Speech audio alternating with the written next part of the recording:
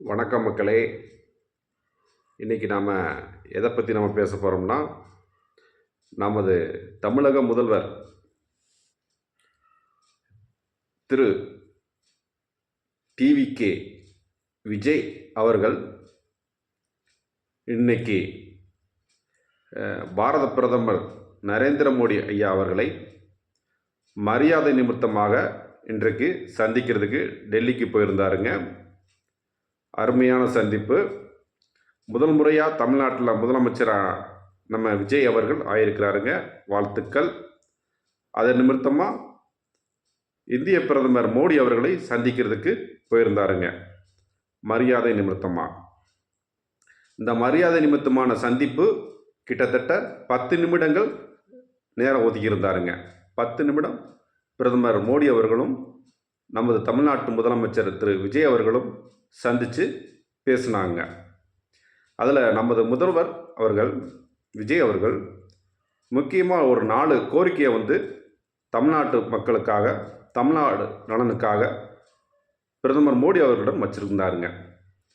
அந்த 4 கோரிக்கை என்னென்னா, முதல் கோரிக்கையாக விஜய் அவர்கள் சொன்னது, நம்ம தமிழ்நாட்டில் தமிழ் அரசு விழாக்கள், இதில் கவர்னர் விழா, அரசு விழா, இதிலெல்லாம் தமிழ்தாய் வாழ்த்து பாடணும், தமிழ்தாய் வாழ்த்துக்கு முன்னுரிமை கொடுக்கணும்னு சொல்லி நடைமுறை இருக்குது. அதை எதிர்க்கட்சிக்காரங்க வன்மையாக ரொம்ப கண்டிப்பான முறையில் ஒவ்வொரு முறையும் அரசு விழாக்களில் அது தமிழ்தாய் வாழ்த்து 3வது இடத்துக்கு போச்சு அப்படின்னு ஒரு கண்டனங்களை தெரிவித்தாங்க எதிர்க்கட்சி அமைப்புகள்.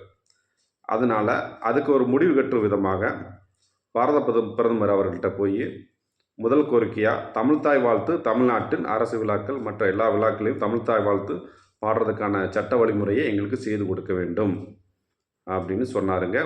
முதல் கோரிக்கையாக கோரிக்கை நம்பர் 1. 2, ஏன்னா தமிழ்நாடு விவசாயிகள் நீர் வளத்தை காக்கும் பொருட்டு கர்நாடக அரசு இப்போ சித்தராமையா அவர்கள் முதலமைச்சராக இருக்கிறாருங்க. அதிரடிக்கு பேர் போன டிகே சிவகுமார் துணை முதலமைச்சராக இருக்கிறாரு கர்நாடகாவில். இப்போ அவங்க கர்நாடக அரசு இல்லை, நீங்கள் 2.5 வருஷம் நாங்கள் 2.5 வருஷம் அப்படின்னு சொல்லி சித்தராமையாவும் டிகே சிவகுமாரும் மாற்றி மாற்றி எடுத்துக்கிட்டதாக இருக்குங்க. சித்தராமையா அவர்கள் சீனியர் கேண்டிடேட், அவருடைய டைம் முடிஞ்சு. இப்போ டிகே சிவகுமார் தான் முதலமைச்சராக அநேகமாக வருவார், துணை முதலமைச்சராக இருக்கிறவர். இப்போ சமீபத்தில் ஒரு கருத்து விட்டுருந்தாருங்க. என்ன கருத்துனா, நாங்கள் கர்நாடகாவில் காவிரி நதி குறுக்கே மேகதாது அணைக்கட்டு கண்டிப்பான முறையில் நாங்கள் கட்டியே தீருவோம், யார் வந்தாலும் தடுக்க முடியாது, நாங்கள் மேகதாது அணைக்கட்டு கட்டியே தீருவோம் அப்படின்னு டிகே சிவகுமார் கர்நாடக துணை முதல்வர் அதிரடியாக அறிவிச்சிருக்காருங்க. இவர் அதிரடிக்கு பேர் போன அரசியல்வாதி. அடுத்து கர்நாடகத்தில் முதலமைச்சராக கூட ஆவார் அவர் தான், அப்படி சொல்லியிருக்கிறார். அதை தடுக்கும் பொருட்டு விஜய் அவர்கள் மேகதாது அணைக்கட்டு கட்டக்கூடியதுக்கு மத்திய அரசு அனுமதி அளிக்கக்கூடாது. அப்படி அனுமதி அளிக்கும் போது தமிழ்நாடு, கேரளா, புதுச்சேரி இந்த அரசுகள்கிட்ட ஒப்புதல் வாங்கிட்டு தான் நீங்கள் அணைக்கட்டு கட்டுறதுக்கான மேகதாது அணை கட்டுறதுக்கான அனுமதியை கொடுக்க வேண்டும். மேகதாது அணைக்கட்டு கட்டவே கூடாது அப்படிங்கிற மாதிரி மோடி ஐயா அவர்கிட்ட ஒரு கோரிக்கையை வச்சுருக்காரு. கோரிக்கை நம்பர் 2. 3, அது எப்பயும் போல தான், அவர் அடிக்கடி லெட்டர்லாம் எழுதுவார்ல, இப்போ கூட எழுதினார் லெட்ரு. இலங்கை அரசு நம்ம தமிழக மீனவர்களை சிறைப்பிடித்து வச்சுருக்கிறாங்க. எல்லை கடந்து மீன் பிடிச்சிட்டாங்க, எல்லை கடந்து போயிட்டாங்க, எங்கள் பார்டருக்குள்ளே வந்துட்டாங்க.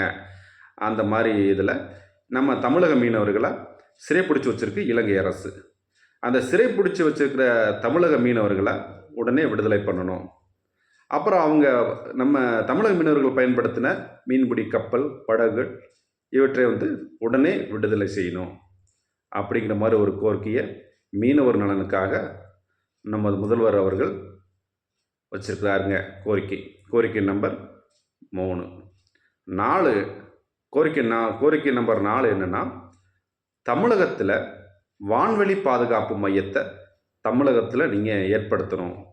வான்வெளி பாதுகாப்பு சென்டரை வந்து தமிழகத்தில் நிறுவுவதற்கு நீங்கள் பரிந்துரை செய்ய வேண்டும் அப்படின்னு நமது முதல்வர் அவர்கள் 4 கோரிக்கையை பிரதம மந்திரி நரேந்திர மோடி ஐயா அவர்களிடம் வைத்திருக்கிறாருங்க. இது சுருக்கமாக மற்ற முதல்வர்கள்லாம் இதுக்கு முன்னாடி முதல்வர்கள்லாம் கிட்டத்தட்ட போனாங்கன்னா நிறைய கோரிக்கைகளை வைப்பாங்க. நம்ம ஸ்டாலின் ஐயா போகும்போது கிட்டத்தட்ட ஒரு 63 கோரிக்கைகளை வச்சாருங்க. எடப்பாடி ஐயா சந்திக்கும் போது கிட்டத்தட்ட 23 கோரிக்கைகளை வந்து வச்சாருங்க. 23 கோரிக்கை தமிழக நலன் சார்ந்த கோரிக்கைகள்லாம் பட்டியலிட்டு சொன்னார். நம்ம முன்னாள் முதல்வர் ஸ்டாலின் ஐயா 60க்கு மேலே கோரிக்கைகளை வந்து பட்டியலிட்டு சொன்னார். இவர் ஷார்ட் அண்ட் ஸ்வீட்டாக அதனால் முதல் சந்திப்பு நிறையா லாங்காக இருக்கக்கூடாதுக்காக 4 கோரிக்கைகள் மட்டும் முதல்வர்களுடன் நம்ம பிரதம மந்திரியுடன் வச்சுருக்கிறாருங்க.